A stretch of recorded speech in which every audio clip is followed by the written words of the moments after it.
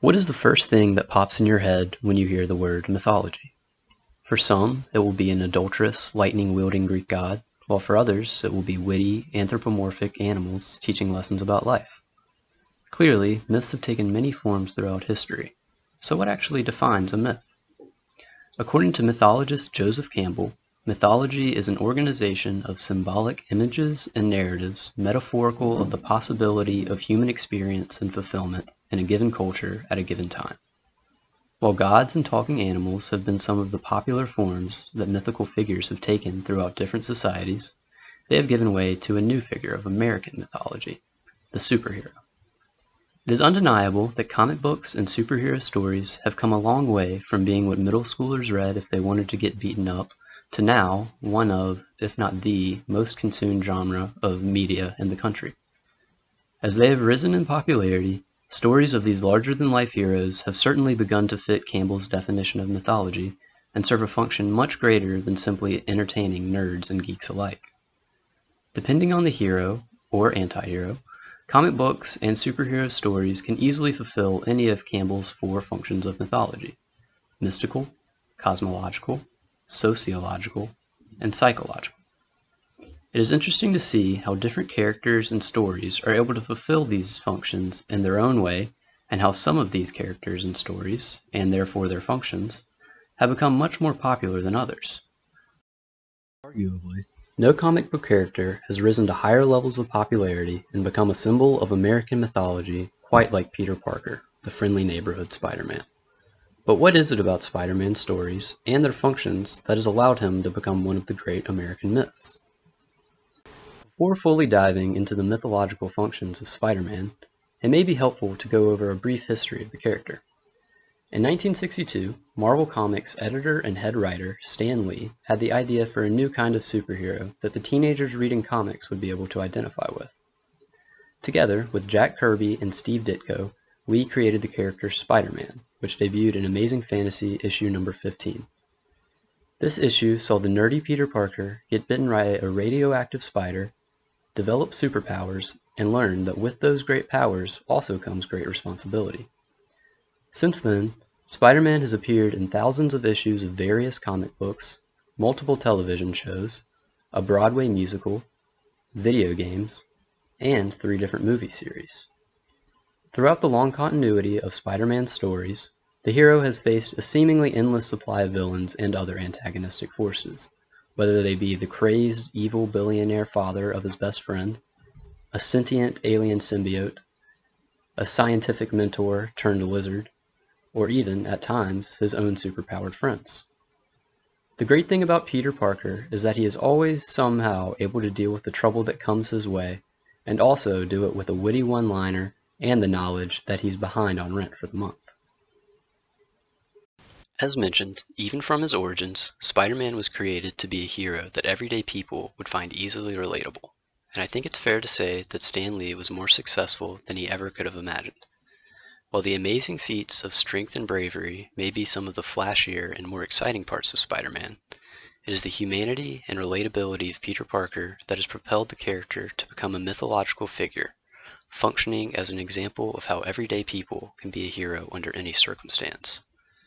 This serves a dual purpose of 1, simply sending the message that anyone can be a hero, and 2, helping to define exactly what it means to be a hero and how to act accordingly. Let's first explore how the myth of Spider-Man throughout the years has propagated the idea that anyone can be a hero. This is spread mostly thanks to the identity of Spider-Man.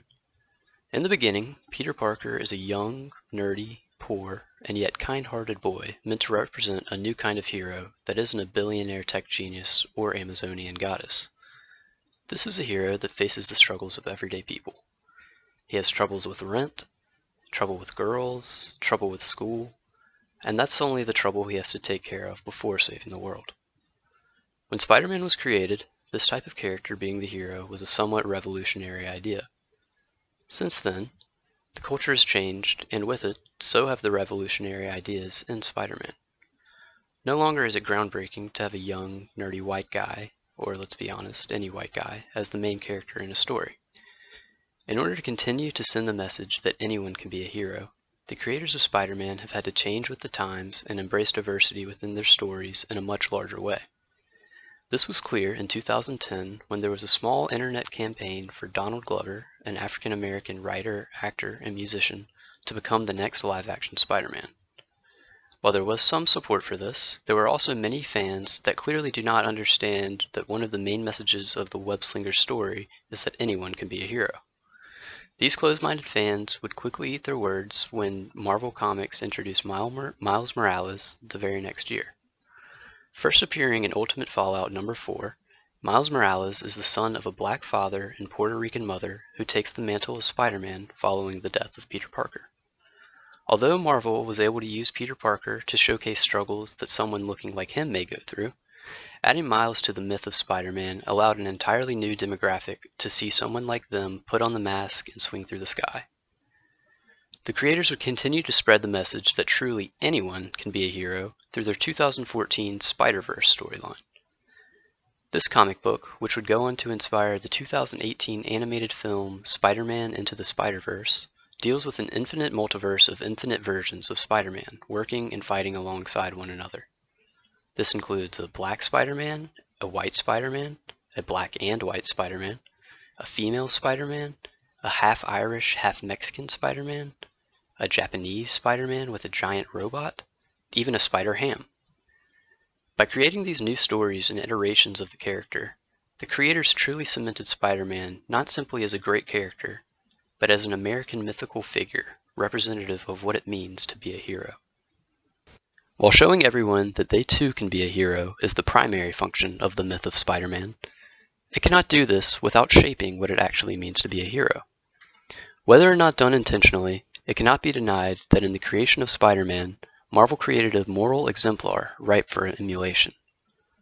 Within his stories, Spider-Man practices a somewhat complex set of normative ethics that can best be summed up by the oh-so-well-known phrase, "With great power comes great responsibility."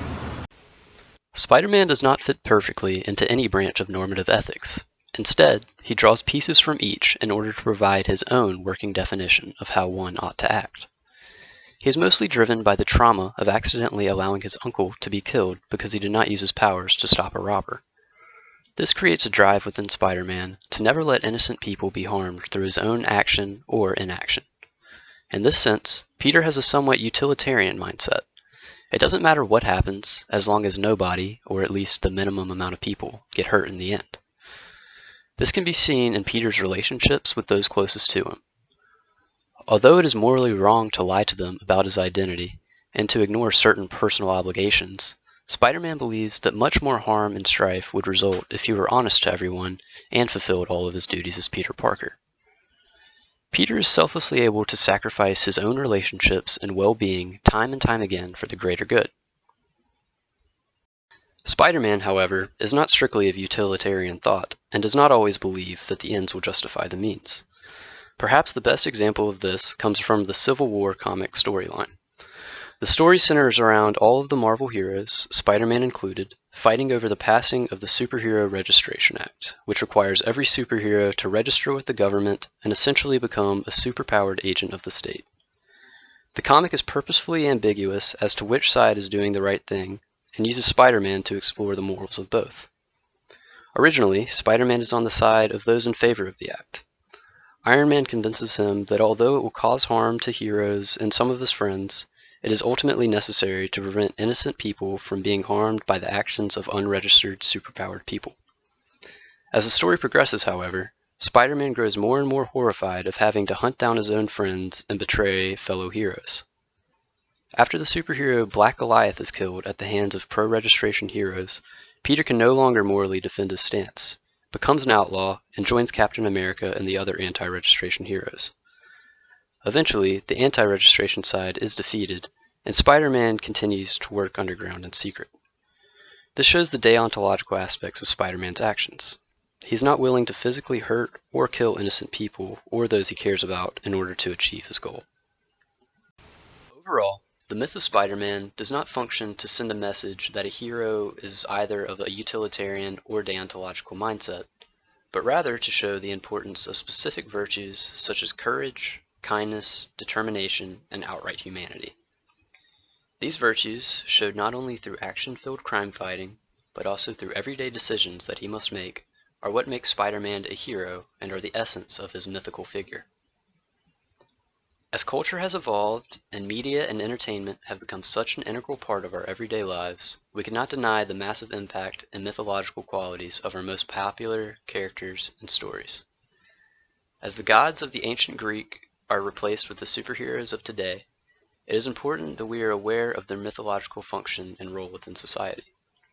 Although some of the details might become muddled over thousands of retellings and reimaginings, the main function of the myth of Spider-Man remains. It doesn't matter who you are or what you look like, anyone is able to put on the mask and be a great hero, as long as you are first and foremost a great person, able to handle great responsibility.